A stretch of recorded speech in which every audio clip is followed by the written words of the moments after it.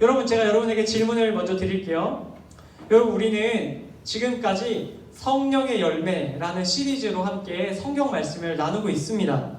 여기서 질문입니다. 여러분, 성령의 열매가 무엇인가요? 입으로 대답하지 말고 속으로 대답해 보세요. 내가 대답할 수 있나 없나? 성령의 열매가 무엇인지 여러분 속으로 한번 대답해 보세요. 다들 대답했죠? 대부분 맞았어요. 여러분, 성령의 열매가 무엇이냐면 제가 마지막으로 정리해 드립니다. 하나님께서 여기 계신 여러분과 저 각 사람 가운데에 만들어 주시는 아름다운 성품과 인격을 성령의 열매라고 이야기한다고 했습니다. 우리 안에 거하시는 성령님, 언제 어디서나 함께 하시는 성령님과 우리가 함께 행할 때, 다시 말해 성령님께서 기뻐하시는 모습으로 살아갈 때에 성령님께서 우리 안에 갖게 하시는 아름다운 하나님의 성품과 인격, 그 9가지를 성령의 열매라고 말합니다. 우리는 바로 지난 시간까지 사랑, 희락, 화평, 이 3가지 하나님께서 주시는 성품과 인격에 대해서 말씀을 나눴습니다. 그리고 오늘은 드디어 4번째 하나님이 주시는 아름다운 성품과 인격에 대한 말씀을 나누려고 합니다. 오늘 본문 22절, 23절 말씀에 4번째 성품이 뭔지를 주목하며 우리 한 번 더 말씀을 읽어보도록 하겠습니다. 함께 읽겠습니다. 시작! 오직 성령의 열매는 사랑과 희락과 화평과 오래 참음과 자비와 양성과 충성과 온유와 절제니 이 같은 것을 금지할 법이 없느니라. 아멘. 여러분, 자, 눈만 있으면 맞출 수 있죠? 오늘 말씀에 기록된 성령의 4번째 열매, 4번째 순서가 무엇인가요? 오래 참음. 맞습니다. 하나님께서 오늘 주시는 4번째 성령의 열매, 하나님의 성품과 인격은 바로 오래 참음입니다. 여러분, 좀 딱딱한 이야기지만 의미가 있어서 여러분께 드리는 이야기예요. 오늘 성경 말씀을 기록한 사도 바울이 이 말씀을 한국어로 적지는 않았을 거 아니에요? 사도 바울이 쓰던 언어로 적었는데 헬라어라는 언어로 썼어요. 그런데 오늘 말씀이 오직 성령의 열매는 이거를 헬라어라는 언어로 쓰고 있는데 사랑, 희락, 화평하고 오래 참음, 우리말로 번역된 이 오래 참음이라는 말을 하나님의 감동을 받아서 헬라어로 적을 때 뭐라고 적었냐면요, 이런 단어로 적었습니다. 마크로디미아. 뭐 자세히 외울 건 없지만 마크로디미아라는 단어로 썼는데, 여러분, 이 단어가 재밌는 단어예요. 무슨 단어냐면 이 단어가 2가지 단어가 합성된 단어인데 어떤 단어와 어떤 단어가 합쳐진 거냐면요, 길다라는 형용사와 마음이라는 명사, 이 2가지 단어가 합쳐진 단어입니다. 그러면 한마디로 뭐예요? 무슨 마음? 긴 마음을 마크로디미아라고 말합니다. 여러분, 오래 참음이라는 것을 바울이 사람들에게 소개할 때 어떻게 소개하냐면 긴 마음이라고 소개하고 있는 거예요. 여러분, 긴 마음이라는 것이 어떤 것일까요? 긴 마음이라는 것은 잘 들으셔야 돼요. 사람의 마음속에 분노와 같은 부정적인 감정이 채워지기 시작할 때 그것이 가득 차고 넘쳐 흐르는 데까지 걸리는 시간이 길게 걸리는 마음을 말하는 것입니다. 여러분들에게 이것을 잘 이해시켜드리기 위해서 제가 여기 앞에 뭐 하나 갖고 왔죠? 자, 뭡니까? 12.5리터짜리 퓨리스 물통입니다. 정수기 물통이에요. 여러분, 이 바울이 얘기하는 긴 마음은 이런 마음이 아니라는 거예요. 여러분, 이것은 짧은 마음이라고 할 수 있습니다. 이 안에 300ml만 물이 차면 넘쳐 흐르는 마음, 다시 말해 분노가 조금만 차도 넘쳐 흐르는 마음의 상태가 짧은 마음이라면 바울이 오늘 이야기하고 있는 오래 참음, 마크로디미아, 긴 마음이란 바로 이 12.5리터 같은 물통을 말하는 거예요. 마음속에 분노와 같은 감정들이 채워질 때 한참을 채워줘도 넘쳐 흐르지 않는 상태, 바로 이러한 마음의 상태를 긴 마음, 오래 참음, 마크로디미아라고 기록하고 있습니다. 여러분, 이 오래 참음이란 단어를 조금 더 줄여서 오늘 표현할게요. 인내. 오래 참음, 바로 인내라는 이 마음의 상태가 바로 이 물통과 같은 상태라고 바울이 이야기하고 있습니다. 여러분, 바울이 소개한 이 오래 참음, 인내의 모습에 대해 성경은 여기저기서 다양한 모습으로 소개하고 있습니다. 여러분, 인내가 어떻게 성경에서 소개되고 있냐면요, 이렇게 소개되고 있습니다.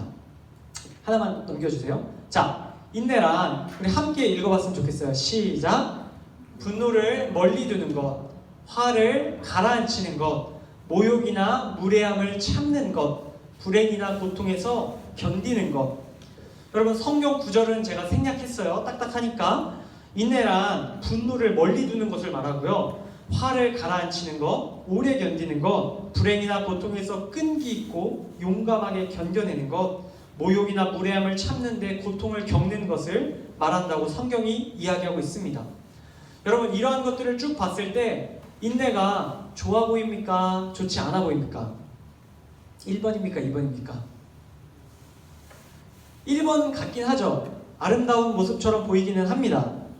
여러분, 남을 위해서 내 마음의 분노를 누르고 희생하는 것, 화를 가라앉히는 것, 모욕이나 무례함을 참는 것, 불행이나 고통을 견딜 수 있는 것은 분명 아름다운 모습처럼 보입니다. 그런데 여러분, 오늘날 우리에게 이러한 인내의 모습이 별로 권장되는 것처럼 느껴지지 않을 때가 너무나 많습니다. 여러분이 살고 있는 이 현대 사회에서 인내 앞에 나온 이 가치들이 너무 무가치한 것처럼 여겨질 때가 많다는 뜻입니다. 여러분, 여러분들에게 익숙한 단어는, 그리고 저에게 익숙한 단어는 인내라는 단어보다는 어떤 단어들이 익숙합니까? 즉시, 바로, 곧장, 빨리, 당장, 얼른, 이런 표현들이 저와 여러분에게 더 익숙하고 편하게 느껴질 겁니다. 기다리는 거, 참는 거, 견디는 거, 이러한 단어는 불편하고 어색하게 느껴질 수밖에 없습니다. 빠르게 돌아가는 세상 속에서 기다리는 것, 참는 것, 희생하는 것, 남을 위해 피해보는 것은 너무나도 힘든 일입니다. 조금이라도 늦거나 조금이라도 참아야 하거나 조금이라도 피해를 보게 된다면 사람들은 너나 할 것 없이 그것에 대해 참지 않고 감정을 드러내곤 합니다. 여러분, 제 이야기 하나 드릴게요. 저도 지난주에 말씀을 준비하는 가운데 이런 일을 똑같이 겪었어요. 어떤 일이었냐면요, 제가 가지고 있는 물건 중에 청바지가 하나 있는데 그 청바지를 안 입게 되어서 이제 중고로 판매하려고 이제 중고나라라는 인터넷 사이트에 올렸습니다. 여러분, 그 사이트를 이제 보던 사람이 야, 나 이 바지 갖고 싶어 해서 나한테 연락이 온 거예요. 그런데 제가 그 게시글에다가 바지의 사이즈며 색깔이며 자세하게 그거 다 적어서 올려놨어요. 그런데 그 사람이 저한테 문자로 연락이 와서 뭐라 그러냐면 이 사진을 밖에서 다시 한번 찍어서 보내줄 수 있냐는 거예요. 자기가 보기에 실내에서 보는 색감과 밖에서 보는 색감이 다를 것 같아서 그걸 좀 확인하고 싶다는 겁니다. 여러분, 제가 어떻게 했을까요? 사지마! 사지마! 이렇게 했을까요? 아니에요. 제가 바지를 가지고 집 밖으로 나가가지고 밖에다 이렇게 놓고 사진을 찍어서 보내드렸어요. 여러분, 보내드렸는데 그 사람이 또 그러는 거예요. 아, 근데 제가 바지의 그 밑단의 폭을 좀 자세히 알고 싶은데 그걸 좀 재서 알려줄 수 있을까요? 재서 알려드렸어요. 가랑이 사이를 좀 알려줄 수 있을까요? 알려드렸어요. 모든 바지의 치수를 다 알려달라 그러는 거예요. 여러분, 제가 뭐 그렇게 할 일 없는 사람은 아닙니다. 그치만 그 사람이 사겠다는데 제가 친절하게 다 알려줬어요. 막 허리 길이가 어떻게 됐고 여기서부터 여기까지 어떻고 여기서부터 여기가 어떻게 다 돼서 보내드렸습니다. 그 다음에 마지막으로 묻더라고요. 이 바지 냄새 안 나나요? 지금 뭐라 그러겠어요? 냄새 안 납니다. 깨끗합니다. 드라이클리닝 했습니다. 사시면 됩니다. 그 사람이 너무 마음에 드네요. 친절하게 감사합니다. 거기까지 문자가 오고 제가 네, 그러면 어떻게 구입하시겠어요? 라고 물어봤거든요. 4일째 답장이 없습니다. 여러분, 화가 나겠어요? 안 나겠어요? 저도 이게 지금 차고 넘쳐요. 저도 계속 넣는데 이게 넘쳐 흐르는 겁니다. 여러분, 화가 났지만 오늘 말씀을 준비하고 있어서 하나님께서 야, 현우야, 너 말씀 전하는데 네가 분노를 인내할 수 있나 없나 보자 이러시는 것 같아서 제가 차마 안 살 거면 왜 그랬어요? 라고까지는 안 했습니다. 여러분, 그런데 여러분, 이게 저만의 이야기는 아닌 것 같아요. 우리가 쉽게 접할 수 있는 것 중에 우리가 배달 어플을 요즘 굉장히 많이 사용할 거라고 생각하는데 우리가 많이 사용하는 배달 어플에 들어가 보면 사람들이 자신의 분노를 누르지 않고, 다시 말해 인내하지 않는 모습들을 너무나도 많이 보게 됩니다. 배달이 조금이라도 늦거나 불편한 일이 생기면 별점을 테러하며 이 음식점 못 쓰겠다고 이야기하는 것들을 우리 리뷰에서 보게 됩니다. 또 자신이 겪은 불편에 대해 예를 들어 음식이 조금 식었다든지 내가 생각하는 맛이 안 나온다든지 할 때 밑도 끝도 없이 분노하고 욕설하고 비방을 적어놓는 경우를 많이 봅니다. 여러분, 불만을 참지 않고 곧바로 쏟아내는 그러한 모습이 우리 주위에 또 저와 여러분 안에 너무나도 많이 있는 것 같습니다. 여러분, 이거는 우리나라는 아니고 다른 나라 이야기인데 우리 일주일 전에 있었던 이야기 기사인데 제가 가져왔어요. 우리 지난 7일, 그러니까 딱 일주일 전이죠. 미국 텍사스주 한 음식점에서 어느 손님이 뜨거운 수프를 주문했다고 합니다. 그 식당에서는 매뉴얼에 따라서 스프를 플라스틱 용기에 담아 배달을 했습니다. 그런데 이 상품을 받은 손님이 플라스틱 뚜껑이 깨진 채 음식이 도착했다며 가게에 항의 전화를 한 겁니다. 스프가 뜨거워서 뚜껑이 녹아서 플라스틱이 수프 안에 스며들었다고 이야기합니다. 여러분, 이렇게 문제가 생기면 이야기할 수는 있죠. 이거는 잘못이 아닙니다. 그런데 이 전화를 받은 직원이 이것에 대해서 잘 대처를 했어요. 굉장히 사과를 드리고 이것에 대해서 자기가 새로 음식을 보내주겠다, 무료 쿠폰을 보내주고 서비스를 주겠다, 여러 가지 우리 제안을 했습니다. 그런데 수화기 너머에서 이 손님이 화가 나서 자신의 분노를 감추지 않고 쏟아내기 시작하는 겁니다. 반말, 욕설, 고성이 들려오기 시작합니다. 손님은 이 욕설에 그치지 않고 이 배달 온 스프를 들고 음식점에 찾아갔다고 합니다. 직원은 원하는 대로 다 해드리겠다고 응대했지만 손님은 이건 말이 안 되는 거 아니냐며 계속 소리를 지르고 욕을 퍼부었다고 합니다. 그리고 급기야 이 손님은 자신이 가져온 스프를 직원의 얼굴에 쏟아버리고 그 자리를 떠납니다. 현장에는 이 손님과 같이 온 남자친구도 있었지만 이 남자친구도 여자친구의 이와 같은 행동을 말리지 않았다고 합니다. 제가 이 장면이 고스란히 찍힌 CCTV 영상을 보았는데 너무나 참담합니다. 여러분, 이 고객을 응대한 직원은 얼굴에 스프가 부어지며 그것이 큰 트라우마로 남았다고 이야기합니다. 여러분, 자신에게 불편한 일이 생기면 이처럼 분노를 표출해도 되는 거예요? 상대방을 아랑곳하지 않고 내 감정대로 행동하는 것이 옳은 일입니까? 자신의 마음에 담긴 화를 남에게 기분대로 쏟아넣는 것이 맞는 행동입니까? 성경은 이러한 행동, 다시 말해 인내하지 않는 분냄의 행동이 옳지 못한 모습이라고 오늘 성경 말씀 19절, 20절의 말씀에서도 이야기하고 있습니다. 우리 19절, 20절 말씀을 한 번 더 읽어보도록 하겠습니다. 우리 함께 19절, 20절 말씀 읽겠습니다. 시작! 육체의 일은 분명하니 곧 음행과 더러운 것과 호색과 우상숭배와 주술과 원수 맺는 것과 분쟁과 시기와 분냄과 당짓는 것과 분열함과 이단과. 여러분, 오늘 바울은 분명하게 말합니다. 이처럼 분을 내는 모습은 육체의 일, 죄악된 본성의 모습이라고 말하는 겁니다. 이건 단순히 윤리적으로 옳지 못한 일을 넘어서서 하나님 보시기에 악한 성품과 인격이라고 말하고 있습니다. 여러분, 우리가 분내는 거, 나쁜 거 다 압니다. 하나님께서 기뻐하시지 않는 모습이라는 것도 말씀을 통해 확인했습니다. 그러나 여전히 인내하는 것은 쉽지가 않습니다. 누구나 이러한 화를 당할 때, 어려움을 당할 때에 누구나 그것에 대해서 분노할 수밖에 없습니다. 참는 것에 한계가 있다는 말이 있죠. 여러분, 맞습니다. 참는 것에 한계가 있습니다. 참는 것, 인내에는 한계가 있는 것이 사실입니다. 사람마다 조금 더 많이 참는 사람이 있고 조금 더 적게 참는 사람이 있을 뿐이지 모든 사람은 참는 데 한계를 느낍니다. 아무리 긴 마음을 가지고 있다 하더라도 누구나 엄청난 양의 분노가, 어려움이 쏟아져 들어오면 그것이 차고 넘칠 수밖에 없는 것이 바로 우리의 모습입니다. 여러분, 사람마다 차이는 있겠지만 우리 모두가 이처럼 인내할 수 없다는 것입니다. 뿐만 아니라 인내하려고 노력하는 우리를 세상은 박수 쳐주지 않습니다. 오히려 세상은 인내하려고 노력하는 이들을 좋지 않은 시선으로 보기도 합니다. 세상 사람들은 이렇게 말합니다. 화를 참는 것, 할 말을 하지 못하는 건 바보들이나 하는 짓이다. 네가 할 말 못하고 네가 짜증나는 거 못 풀면 네 손에나 이야기합니다. 화를 가라앉히고 분노를 멀리 두고 오래 견디고 불행이나 고통에서 끈기 있고 용감히 견디는 것, 모욕이나 무례함을 참는 것은 바보 같은 짓이라고 손가락질합니다. 오히려 세상은 자신의 분노를 표출하는 것이 멋지다고 이야기하기도 합니다. 그것이 세상 사는 지혜이며 똑부러진 행동이라고 말합니다. 우리도 때로 세상을 살아가며 이런 세상의 소리들이 마음을 움직일 때가 있는 것 같습니다. 때론 세상의 소리가 맞는 것처럼 들려와 인내하는 것이 바보같이 느껴지고 포기하고 싶을 때도 있습니다.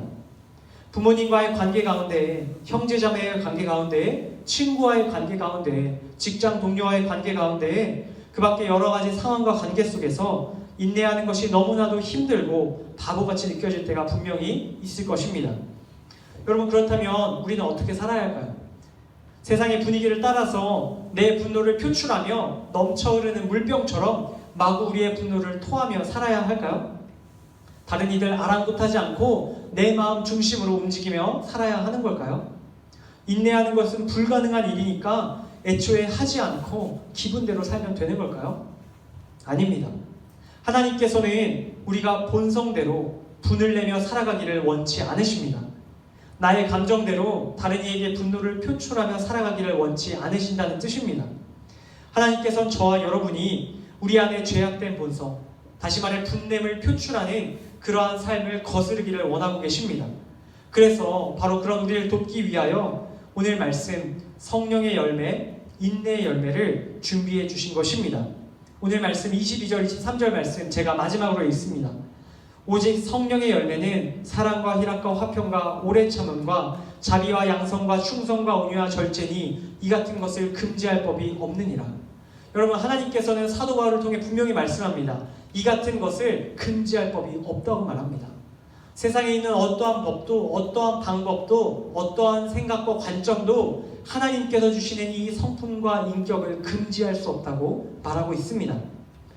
우리의 힘으로 아무리 노력해도 분냄의 성품을 누르고 인내할 수 없습니다. 우리의 힘으로는 인내하는 우리를 조롱하는 이 세상에서 끝까지 인내할 수 없습니다. 그러나 하나님께서 주시는 인내의 성품과 인격이 우리 안에 맺혀질 때에 그것들이 우리로 하여금 모든 것들을 참고 인내할 수 있게 해주신다고 바울이 이야기하고 있습니다. 사랑하는 중등부 형제자매 여러분, 하나님께서 오늘 이곳에 있는 저와 여러분을 위해서 인내의 열매, 인내의 성품과 인격을 준비해 주셨습니다. 우리의 힘으로는 감당할 수 없는 어려움들을 감당하고 참아낼 수 있는 힘을 하나님께서 우리에게 준비해 주셨습니다. 다른 이를 위해 끝까지 참고 견디고 관용하는 그러한 성품과 인격을 하나님께서 저와 여러분에게 이 아침 주기를 원하고 계십니다. 그래서 우리가 그러한 성품과 인격으로 이 세상, 특별히 인내를 무시하는 이 세상에 하나님의 인내를 드러내는 사람들로 살게 하실 것을 기대할 수 있기를 바랍니다. 여러분, 끝으로 한 가지 이야기 드리고 오늘 말씀을 맺으려고 합니다. 우리나라 제주도 출신 산악인, 산을 타는 사람 중에 돌아가신 분인데 고상돈이라는 분이 계십니다. 여러분, 이분은 에베레스트를 점령한 최초의 한국인인데 에베레스트를 점령한 직후에 한 기자가 이 고상돈 씨에게 가서 이렇게 물었다고 합니다. 저는 남산 올라가는 것도 힘든데 어떻게 에베레스트 산 꼭대기까지 올라가셨습니까? 이렇게 물었더니 고상돈 씨가 이렇게 대답했다고 합니다. 예, 한 발짝씩 올라갔습니다. 이 얘기를 들은 기자가 웃으며 이렇게 말합니다. 아니, 누구는 두 발짝씩 올라갑니까? 다 한 발짝씩 걸어가죠. 이렇게 말했더니 고상돈 씨가 한동안 생각을 하더니 이렇게 대답을 했습니다. 아닙니다. 나는 그때 한 발짝 올라가는데 서너 시간씩 지체할 때도 있었습니다. 한 발짝 떼는 것이 너무너무 힘들어서 몇 시간씩 지체할 때도 있었습니다. 그러나 한 발짝 한 발짝 올라갈 때 결국 내 앞에는 더 이상 올라갈 곳이 없었습니다. 그곳이 정상이었습니다. 여러분, 이 고상돈 씨가 말씀하신 것처럼 우리가 이 세상을 살아갈 때 한 발짝 한 발짝 이 세상을 살아갈 때 어려움을 당하며 인내해야 하는 상황들이 찾아옵니다. 그리고 그 인내는 마치 에베레스트 산을 오르는 것처럼 힘겨울 수 있습니다. 그러나 여러분 꼭 기억할 수 있기를 바랍니다. 하나님께서는 우리를 인내하는 사람들로 부르시고 또한 인내할 힘을 주시는 분임을 반드시 기억할 수 있기를 바랍니다. 하나님께서 우리에게 인내의 성품과 인격을 주신다면 우리는 반드시 그 끝까지 인내해낼 수 있습니다. 다른 일을 위해 오래 참고 견디는 사람들로 살아가게 될 것입니다. 이곳에 있는 저와 여러분 모두가 오늘부터 걸어가는 모든 삶의 걸음걸음마다 성령님과 함께 걸어갈 수 있게 되기를 축복합니다. 성령님과 함께 걸어갈 때 우리는 끝까지 인내하는 사람들이 될 것입니다. 그래서 이 세상에 하나님의 인내, 하나님의 성품과 인격을 드러내는 사람들이 될 줄로 믿습니다. 오늘 주신 이 말씀, 우리에게 성령의 열매로 하나님의 인내, 성품과 인격 주심을 믿으며 한 걸음 한 걸음 인내하는 삶을 살아가는 그 길에 힘쓸 수 있는 저와 여러분들 다 되시기를 이 시간 주님의 이름으로 간절히 축복합니다. 이 시간 함께 기도하도록 하겠습니다. 우리 다 함께 기도하겠습니다. 하나님 아버지, 오늘 저희에게 주신 성령의 열매 그 네 번째 말씀을 통해서 하나님께서 저희에게 인내의 성품과 인격을 주실 수 있음을 알게 되었습니다. 남을 위해 자기를 희생하여 오래 참는 인내의 아름다움이 사라지는 세상입니다. 이런 세상 속에서 하나님의 인내를 기억하며 날마다 인내하는 자들로 살아가게 하여 주시옵소서. 우리 마음에 분을 내는 것이 아니라 참음으로 주위 사람들을 사랑하고 섬기는 저희 다 되게 하여 주시옵소서. 그러한 모습으로 세상 사람들에게 또한 하나님의 인내를 전할 수 있는 주님의 복된 자녀들 되게 하여 주시옵소서. 주신 말씀에 다시 한번 감사드리며 우리의 주님 되신 예수님의 이름으로 기도드립니다. 아멘.